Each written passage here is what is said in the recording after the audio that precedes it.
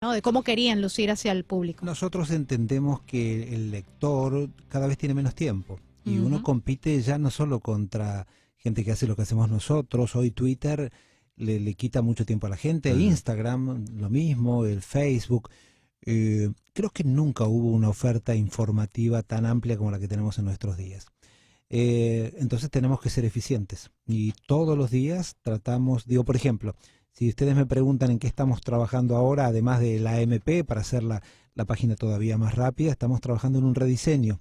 El rediseño de Infobae, el último, tiene 18 meses, para nosotros es la prehistoria. Y así pasa todo el tiempo, ¿no? ¿Cada cuánto consideran ustedes que se convierte en algo prehistórico? Y al año y algo la gente entienda es como la computadora. De manera inconsciente. El laptop que debes cambiarlo cada año. Hay gente que no lo entiende. ¿Cuánto dura un teléfono tuyo? Un año. Un año. El mío sobre todo dura un año. Bueno, todos los días de mi cumpleaños se daña. Hay un tema hasta estético que la gente necesita. Pensémoslo así. Cada año las marcas lanzan su nueva temporada. Sí. Y no se repite la temporada de invierno de un año con la que sigue. Y aunque alguien me podrá decir, bueno, eso es banalizar la información. No, es en todo caso la información es la misma. Lo que puede cambiar es el packaging. La presentación. Yo tuve una experiencia extraordinaria cuando yo estaba en la universidad. Tomé una clase de ventas y mercadeo, que no era lo que yo estaba estudiando, pero tomé esa clase porque era electiva. Y se apareció un profesor un día con un pedazo grande de, nosotros le llamamos plastilinas, masilla, para esculpir. Las dotes mías de escultor son las que puede tener usted de cirujano neurológico.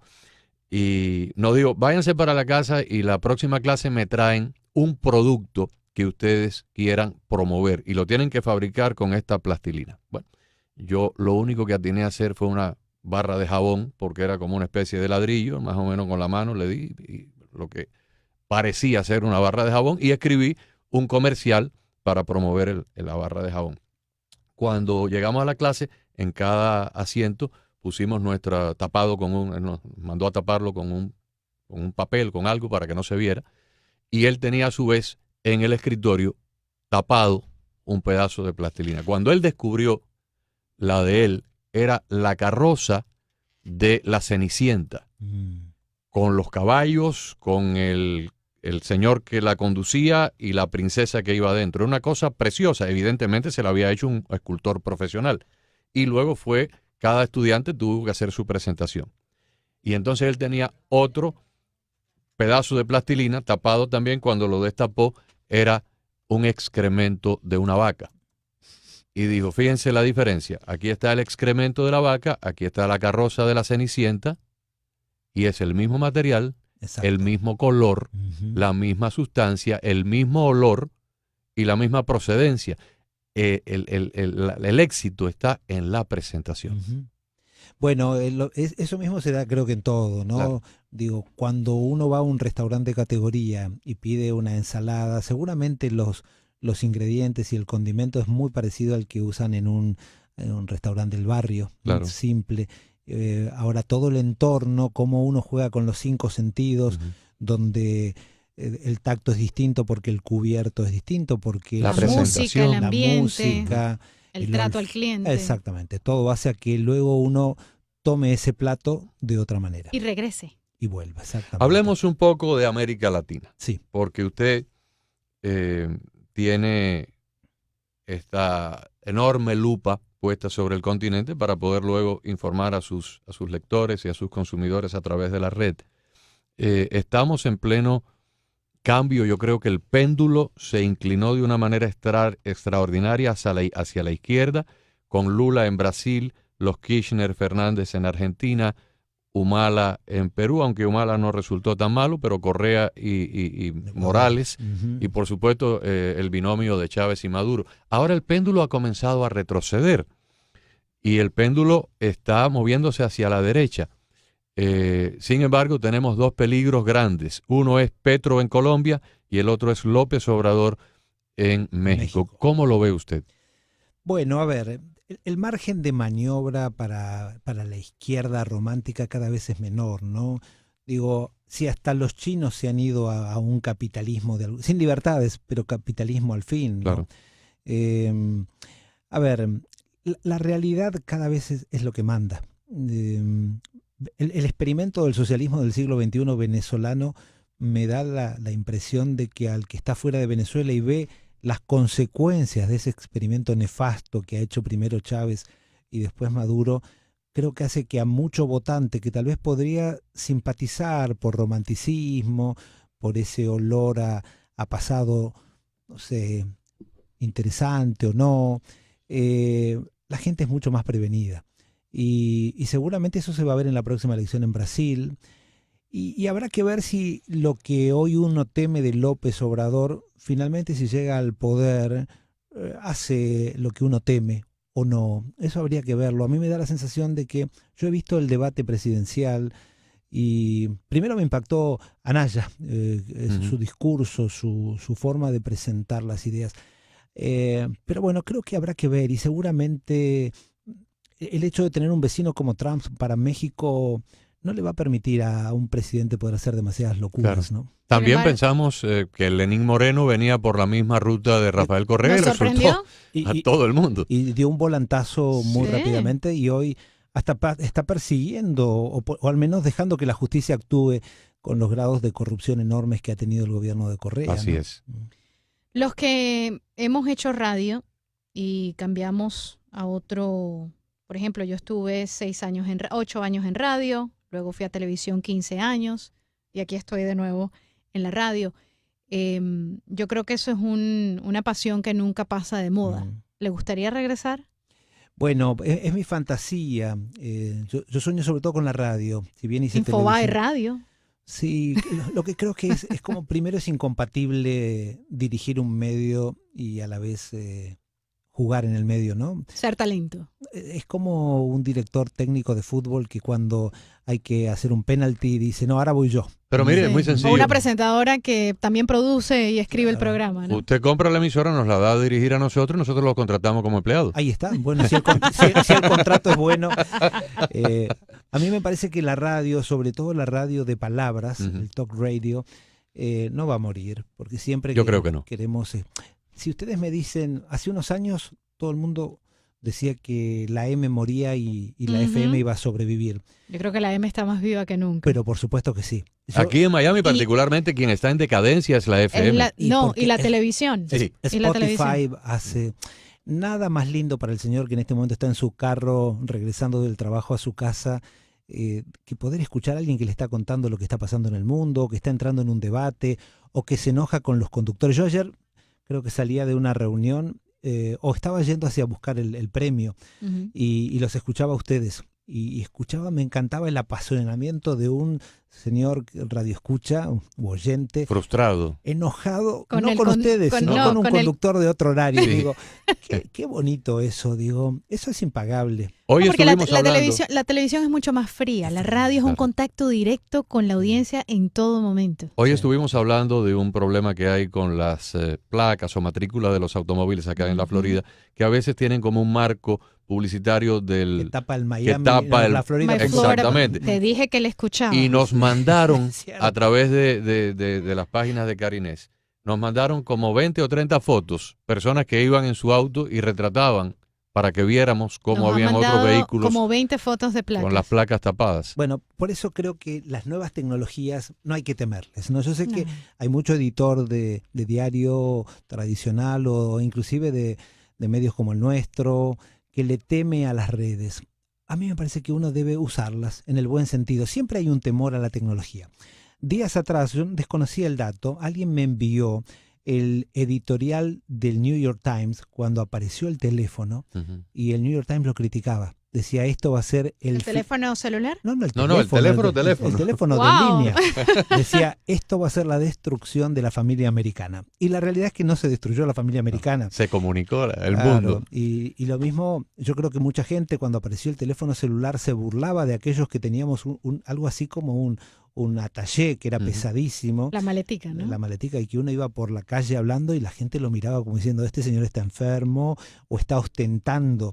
Y hoy, sin uno de estos pequeños smartphones, no podemos vivir. Absolutamente. Y dentro de 5 o 10 años tendremos un robot en casa, Mm. al igual que muchas personas tienen un perro, y el perro Va a ser robótico. Se sienta frente al televisor, a los pies del dueño, o inclusive algunas personas hasta duermen con el perro. Nosotros vamos a tener un robot en casa.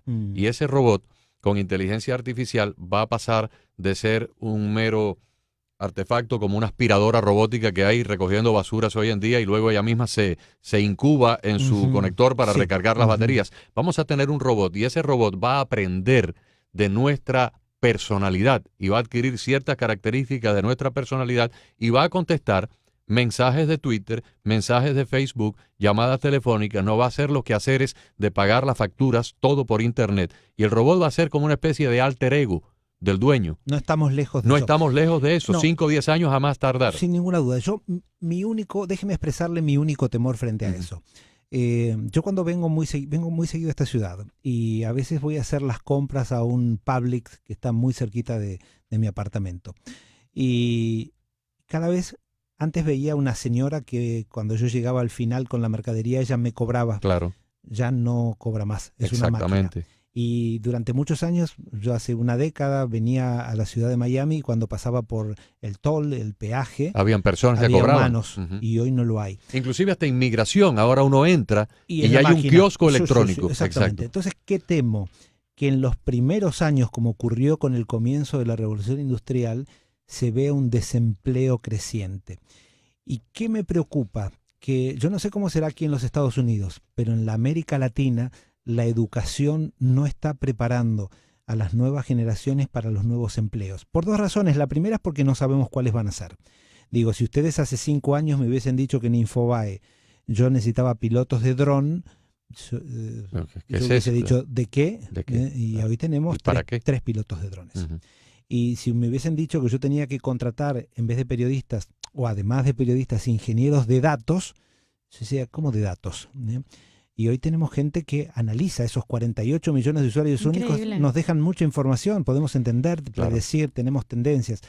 Es un gran tema la educación que viene para los más jóvenes. Esta semana estábamos hablando sobre los vehículos Uber que van a volar sin chofer. Wow. Eso a mí me aterra. Que a quien uno le reclama en caso de un problema. Ya nosotros propusimos que Zairena sea una de las primeras personas en volar en los vuelos experimentales aquí en Miami. Es por el cariño que le tienen. Sí, claro. Y la semana pasada estábamos hablando de un hombre en Barcelona que abrió una especie de burdel. No, una especie, no, un burdel. Para decirlo más pero sin elegante. Prostitutas humanas. Pero sin prostitutas humanas. O muñecas. Muñecas. Y dice que no se da abasto. Tiene colas. Cuando entramos a la página web a ver estas muñecas, las líneas que uno tiene en los pies, las líneas que uno tiene en las manos.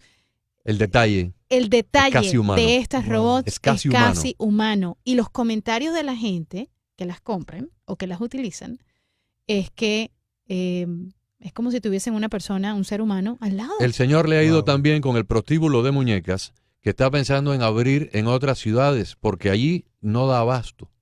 Pero qué increíble, no sabía ¿Robots? Eso. Sí, señor. Sí. Bueno, yo creo que nadie puede hoy predecir cómo va a ser el mundo en 10 años. Nos podemos llegar a... El crecimiento del conocimiento está ocurriendo de manera exponencial, ¿no?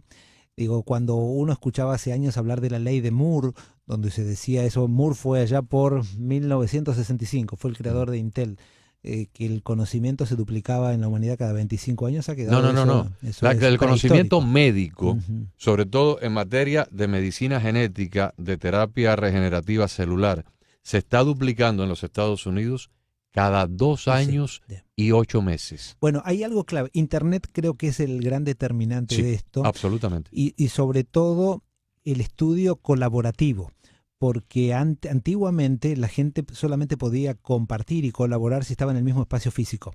Hoy perfectamente nosotros desde Buenos Aires podemos hacer una conferencia con ustedes vía Skype. Instantánea.